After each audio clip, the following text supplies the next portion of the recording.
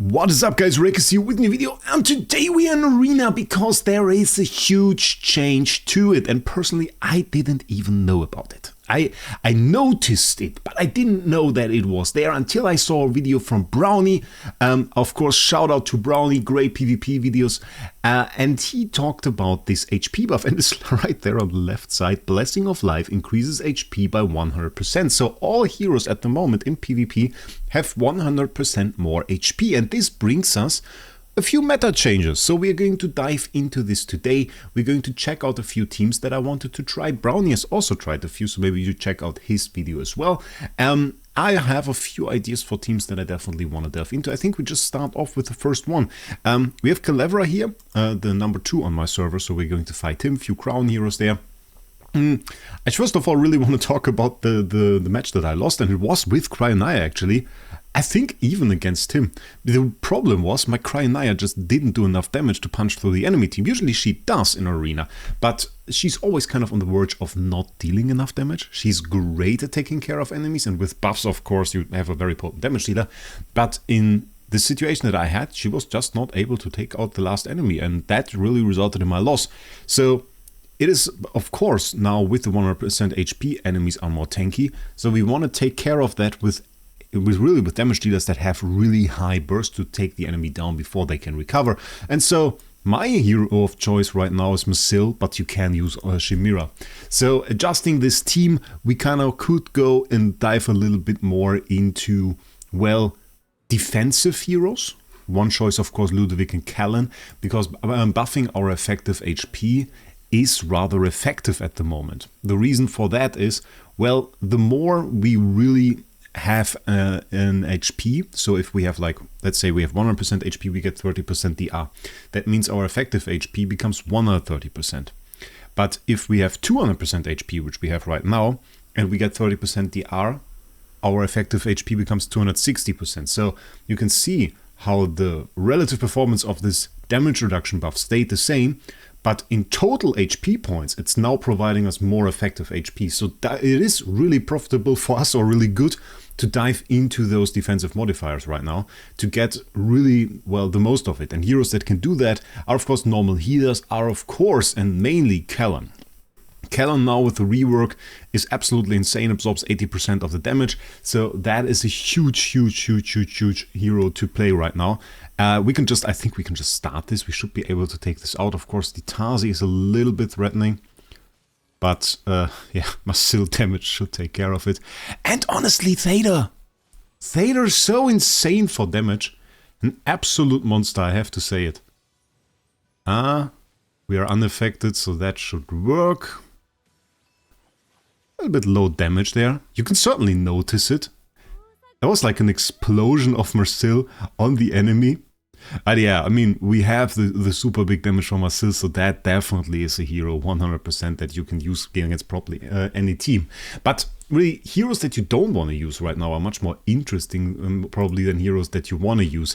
And the thing is, if you see something like this, like a Masil really in the Ludovic Callan combination, she becomes very hard to kill, obviously, even for very good damage dealers. Even for something like a Thalia, that can be a problem, because now bursting through all of the HP, for all of that effective HP, and that's always a difference, that is something that won't really reliably work. Sometimes you see heroes at like 50% HP, then get healed up again, and so with the buffed Callan and the Ludovic next to it, I think especially Thalia, Cryonaya users, maybe even Dino users, they are going to have a hard time.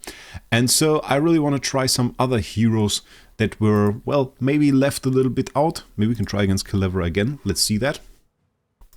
And one hero that really comes to mind for me that I haven't really played in a while is Bellur. And I mean, he already has a huge ton of HP, and I really wonder what happens when we let this guy now move on the enemy and just swap him over there. If you can even heal him up. I'm not too sure what's actually going to happen. This is one of the ones where I say it's more of an experiment really. But I'm curious. I'm very curious, so let's set up a team.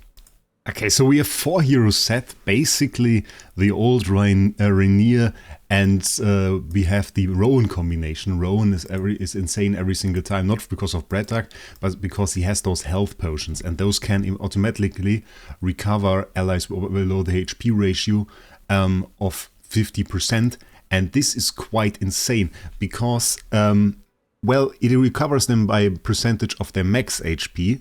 The problem really is, and that is something that I also wanted to mention, most of the heals in the game are either based on the attack of the hero providing them, or capped in some way. So this is 40% of their max HP, but it's capped by Rowan's attack.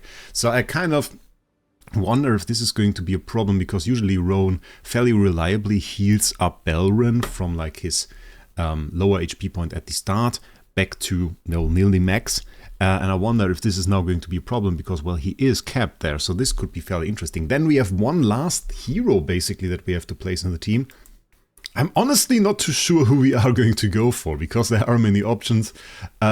We right now, of course, have either we should go for Lightbearer or Mauler. We could go Gerda, just for another healer. I don't hate it. But maybe we then... Okay, that still kind of works, I guess. And then we could go Gerda here. Let her jump to this point. So we have the Bellur and the heal still. If we swap those, well, then she jumps over there. That works too. I don't hate that. Okay, let's go with Gerda. Let's go with Gerda. Then we have like double here with a bit of CC and everything. Usually I would even go confining on this. But I think enlightening is better because he has the Tarzi over there. So let's just try this. Especially the starter fight is interesting. You see that? Oh, we have to rewatch it. That was fairly interesting. Because directly, yeah, he got a very, very, very small heal. He got a very, very, very small heal. Ah, I kind of want to fight him again. I want to fight him again. And let the Tarzi hit the Bellur. Like, really let her ult. Maybe we get to see that still. Okay, he's in the other mode. But I think it was just because his HP buff degraded. But now should be back. Okay, let's see how much damage he takes.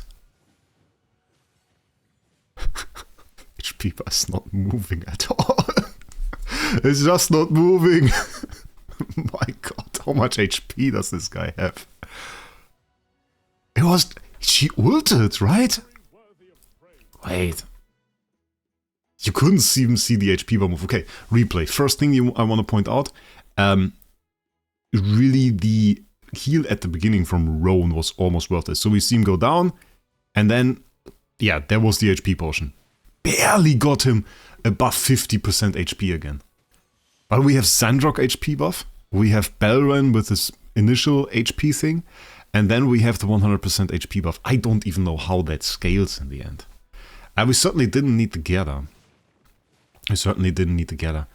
But I think even if we didn't have like the unaffected, I think Tarzi could just never kill him. Look, Tarzi starts ulting. She ults again. Nothing happens. He just doesn't really lose HP at all. I wonder what you would need to even defeat him. Like, probably a Chimera, right? That would work. Baron is kind of busted for this. He's really kind of busted. That's insane. Oh, by the way, do you see this? That's so horrible. Every single fight. By the way, Jake the traitor? No, I like Jake. All good. But seeing that is a great opportunity to tell you guys about our sponsor LD Shop. And LD Shop will provide you with the best prices for AFK Journey. You can see Classic Gazette right now with the coupon. I get it for absolutely nothing, which is crazy. And those coupons are available every now and then. They just send it to you, which I still think is absolutely insane and something that I don't think any other top-up site really does. Just occasionally sending out coupons to you. You'll just see them pop up on your account. Other than that, you can get guaranteed coupons by just registering through the link down in the description. This will immediately give you a 15% discount coupon and a 5% discount coupon on top of that to make those great prizes even cheaper. And if you want to support my channel, then I recommend you just do your purchases through the link. Just click on the link before doing a purchase, select your pack, buy it, and that will support my channel and help me do more videos. So thank you for that. But yeah, One loss, you lose 19 points. One victory, you get like 2 points. That's always horrible. Let's check this out again one more time. So yeah, it's like pretty insane. I think Bellur could be really, really strong right now. If you have him set up, probably a lot of people have, could be really, really good. So that I would say was definitely a success. I kind of want to try it one more time. Maybe we try it one more time. Maybe we get rid of the gather. I kind of want to make it a little bit more inefficient. That is how we can say it. I think Zandrock might even be too OP, but he plays too nicely into what I want to do. So I don't even want to add really necessarily any more power to the team right now. Let's just do this. This honestly is already working for our aura, so that is pretty good. We are no longer unaffected immediately on him. So let's do the teleport. Here sucks, like really, really bad. But I mean, his HP buff starts degrading. He recovers a little bit through the lifesteal buff from Zandrock. As you can see, its HP seemingly going up, but I think it's just like his HP ratio that overall goes down. We get actually the double there from Rainier. Pretty big value. They are CC'd. We are not even in our good state yet. I wonder if we can get out an ult. Ooh. Come on. One swipe. One swipe. This ends badly. Oh no, my points! No! Okay. Not invincible. Ah! 19 points. That was just the problem that he of course couldn't really reach like the end state then far quickly enough. So we just didn't have enough heal on the team with him alone. Usually that would have worked. That worked for like other teams most definitely in the past without the 100% HP buff. So yeah, now you need more heal. That is what I can probably see from this.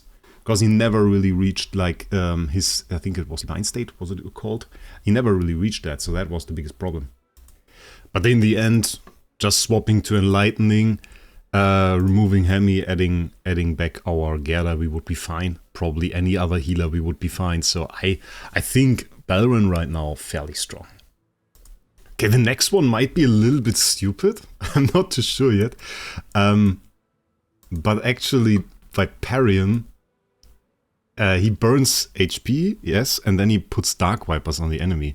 And every possessed enemy drops 20 energy on hit, losing 1% HP per second to sustain the survivability of Dark Vipers. So I wonder if we can just like build a Viperian team right now. If that is going to work. And we have him P4, so with the skin. So I think that could be really cool.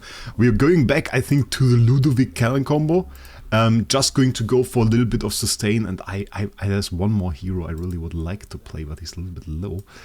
So let's just go like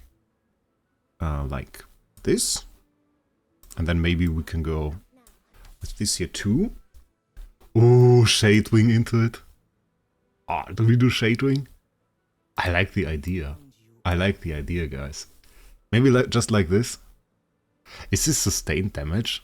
I don't even know if Viperian counts for Shadewing. Other than that, Nero would be great. I think Nero is the safer choice, but like just having Shadewing is really cool. Yeah, let's go with that. Let's go with that and just try that. I wonder if Viperian is going to do well. Because like he has this HP burn, it could be really nice. So starts off always by just burning his own HP, which isn't too great. Certainly don't like that. Can we heal him up again, please? That's going to actually take a little bit of time. Okay, big ult coming out. Maybe not that big of an ult. Okay, there is an ult. A little bit low HP, I don't really like that. Oh, and there we got nuked. And it doesn't count for... It obviously doesn't count for Shadewing. None of those guys actually have any extra markers there, any extra swords. But they did get hit for oh well, that was probably just Callan, right? Sustain is crazy though. Okay, I mean, sustain doesn't really save us, is the problem. I mean, even if we could outlive the enemy to the end of time, it doesn't save us, because we have to kill the enemy. I'm probably never going to get past this Ludovic. So that's probably another loss.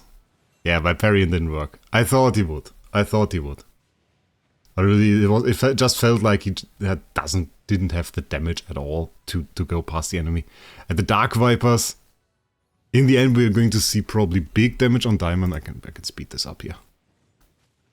We're probably going to see big damage on Diamond. Okay, no, or okay, yeah, and no damage at all. Yeah, I was afraid this might be the case. Yeah, okay, was an attempt, didn't really work out. So what I noticed in the end, well, Perseus still kind of works. So that's the thing. We can just try it against this team. So he still gets a ton of HP. He still has like a ton of buffs. And you can see, even though the enemy also has crown units, he's absolutely cutting through that still. So Perseus is still a great option for that. And of course, I mean, with Sandrock and everything in the team, he kind of does profit a lot from the 100% bonus HP. Doesn't seem to struggle that much with like the problems that Baron had, where you had to put up extra healers. That doesn't seem to be necessarily the case. You can just run a very standard Perseus comp to win. And I think, well, I actually didn't mean to do that. You can watch it on triple speed again because it's kind of funny. What also still works is my defense team. Even though I run a Thalia at the moment, and I mean that isn't necessarily that great. Saida is just very, very good. Saida is just so great because, well, she gets extra HP. She's tanky anyway already because she has all the damage reduction. And then you start hitting the enemy, you control the enemy, and then you get the 45-second CC. And it's way easier for her now to fulfill her condition than it ever was, really. So I think that's honestly pretty good. That's honestly still a very, very good unit. So yeah, some experiments. I hope you enjoyed it. If you have, definitely hit that subscribe button. And if you are on Android or iOS, also don't forget to hype the video. You can do that after liking, I think. And that will also help me a little bit. So with that, I wish you a great day. We'll see us in the next one.